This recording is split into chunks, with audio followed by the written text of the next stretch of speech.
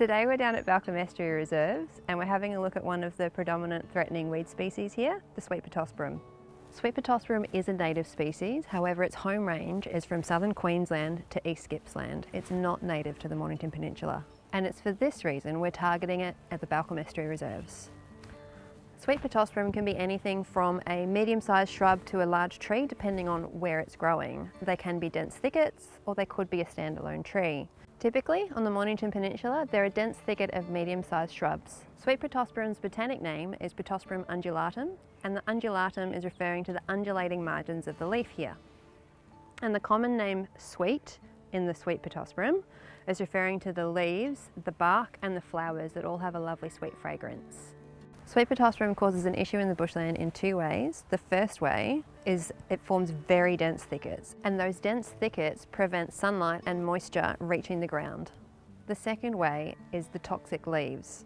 When they drop to the ground, they release a chemical compound that prevents the regeneration of other species.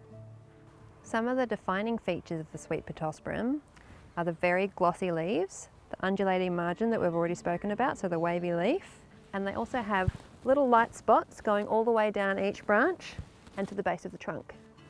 The berries on this plant are bright orange, and the bright orange berries attract different things to eat them. When they drop to the ground, they're quite often scavenged by foxes and spread through their scat, and the other main spreader is blackbirds.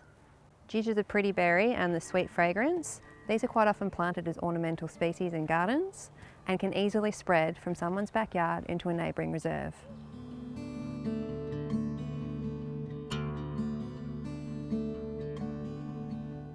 As you can see, we've moved into the thicket now. We've been on the hunt for some babies and we've found a little Pittosporum here.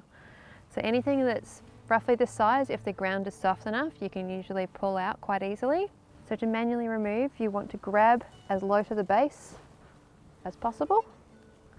Give it a bit of a wriggle just to loosen up the root system and then pull it out, making sure you bring out the entire root system with it. When using this technique, please make sure that you wear gloves and use appropriate manual handling techniques to avoid injury. For anything that's a little bit too big to hand pull, you can use the cut and paint technique. So you'll need a pair of loppers and then a dabber with an appropriate herbicide in it. Firstly, you'll need to clear around the base of the tree.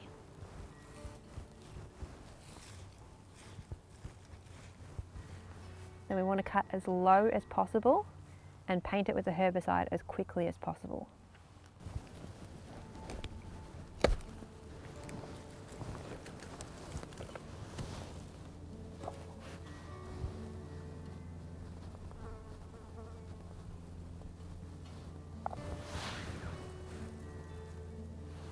As I said earlier, this technique is fantastic if something's too big to hand pull or too small to drill and fill, which I'll show you next.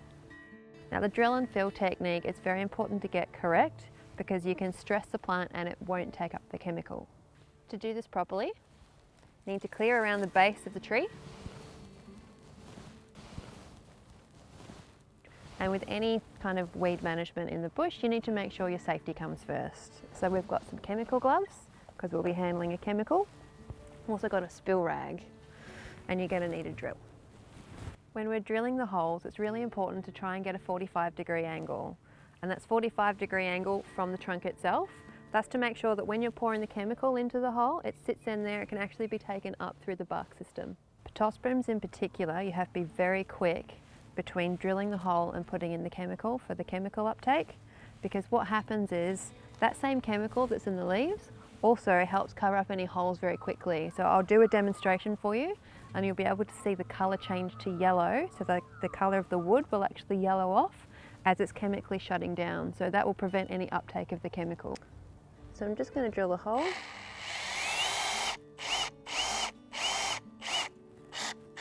So what I've done is I've just drilled down into the hardwood, but you'll see, if you get a little bit closer, already that's starting to turn a little bit yellow. So realistically, you've got about an 8 to 16 second window. It's not very long. Just try and put the chemical into that hole so that the chemical is actually taken up. Now, because I've got such a tight time frame between drilling the hole and putting the chemical in, I'm going to get the chemical ready to go. I've got my spill rag at the ready.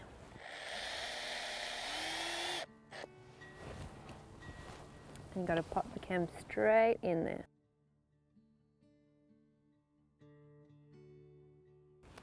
You should only need to drill holes around the very base of the trunk. And again, we're talking 1 inch spacing. So on this trunk, for example, there'd be 1, 2, 3, 4, 5, probably only 5 more holes. And in about a month, this tree will be dead.